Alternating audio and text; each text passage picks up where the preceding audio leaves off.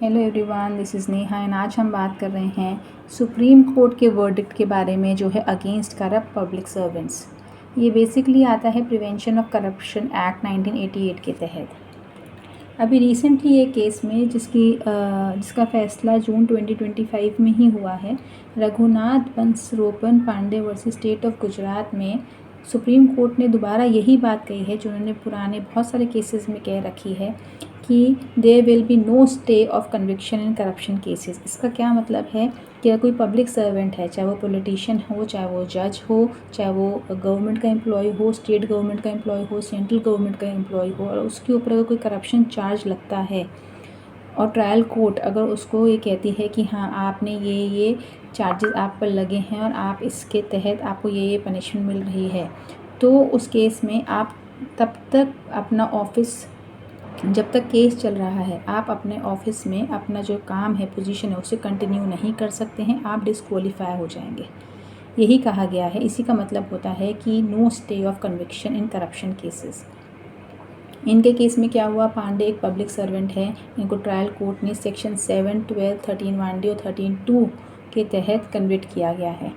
तो सेक्शंस में क्या हुआ, सेक्शन 7 होता है जब पब्लिक सर्वेंट ने ब्राइब ली है, सेक्शन 12 होता है जब उन्होंने किसी और को इंड्यूस किया है ब्राइब लेके कोई काम करने के लिए, सेक्शन 13 होता है क्रिमिनल मिसकंडक्ट, जहाँ पे मान लीजिए गवर्नमेंट के फंड्स को मिसयूज़ किया गया है या किसी का टेंडर आपने पास करा दिया है जिसको लॉफुली जो इनकरेक्ट है, या फिर किसी को गलत लैंड एलोकेट कर दिया गया है किसी पर्सनल गेन के लिए, मॉनेटरी या नॉन मॉनेटरी बेनिफिट के लिए, तो ये होता है करप्शन। तो ये चार्जेस इन पे लगे हैं जिसकी वजह से इन्हें 3 साल की रिग्रेस इम्प्रिजनमेंट मिली है सेक्शन 13 ऑफेंसेस में, और 2 साल की इम्प्रिजनमेंट मिली है सेक्शन 7 ऑफेंसेस में, साथ में उनको फ़ाइन भी लगा है। तो इन्होंने अपील फाइल करी गुजरात हाई कोर्ट में। गुजरात हाई कोर्ट ने इनका जो सेंटेंस यानी जो जेल टर्म है उसको सस्पेंड कर दिया तब तक जब तक केस चल रहा है, कि आपको बेल मिल जाएगी, आप अपने केस के लिए लड़ते रहिए, लेकिन साथ में उन्होंने बोला कि आपके कन्विक्शन पर स्टे नहीं लगेगा, मतलब आप डिस्क्वालीफाइड तो रहेंगे, आप तब तक अपना ऑफिस होल्ड नहीं कर सकते हैं। तो ये सुप्रीम कोर्ट के पास गए, तो सुप्रीम कोर्ट ने कहा कि देखिए जो एपीलेट कोर्ट है, जिस कोर्ट में आप अपील फाइल करते हैं, उनके पास ये पावर तो है कि वो आपका जेल टर्म तब तक के लिए सस्पेंड कर सकते हैं जब तक आपका केस चल रहा है, लेकिन ये नहीं कर सकते हैं जो कन्विक्शन है ना, वो स्टे नहीं की जाएगी, वो रेयरेस्ट ऑफ रेयर केस में की जाएगी, एक्सेप्शनल सर्कमस्टांसेस में की जाएगी। उन्होंने पुराने अपने जजमेंट्स को भी रेफ़र करते हुए सुप्रीम कोर्ट ने कहा कि केसी सरीन वर्सेस 2000 सीबीआई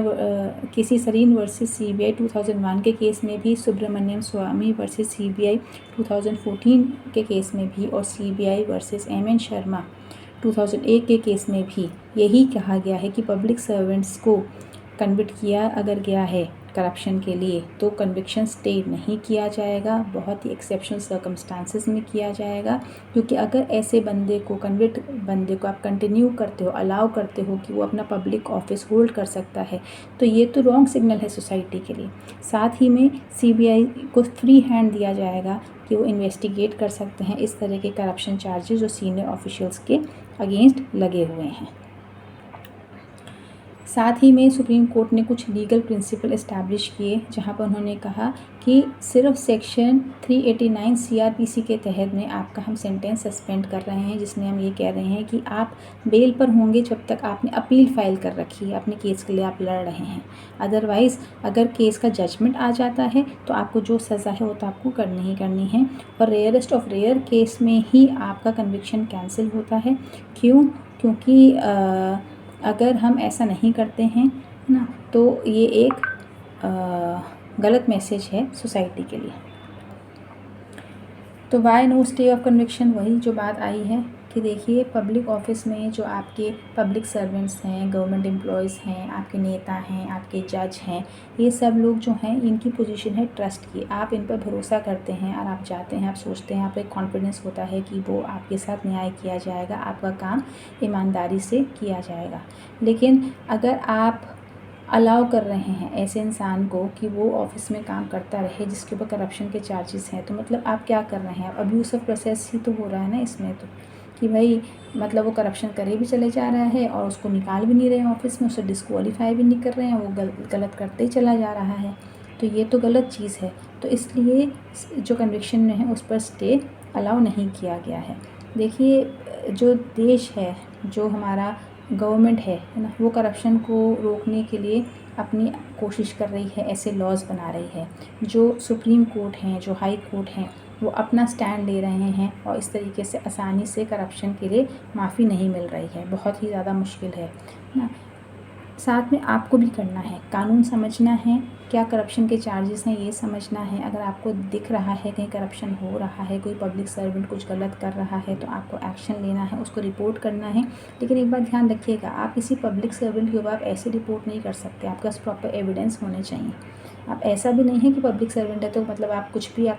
कर सकते हैं। तो प्रॉपर एविडेंस इकट्ठा करिए, फिर उस पर चार्जेस करिए। अगर करप्शन हो रहा है तो रोकना सिर्फ गवर्नमेंट की रिस्पॉन्सिबिलिटी नहीं है, आपकी और हमारी रिस्पॉन्सिबिलिटी भी है। Thank you.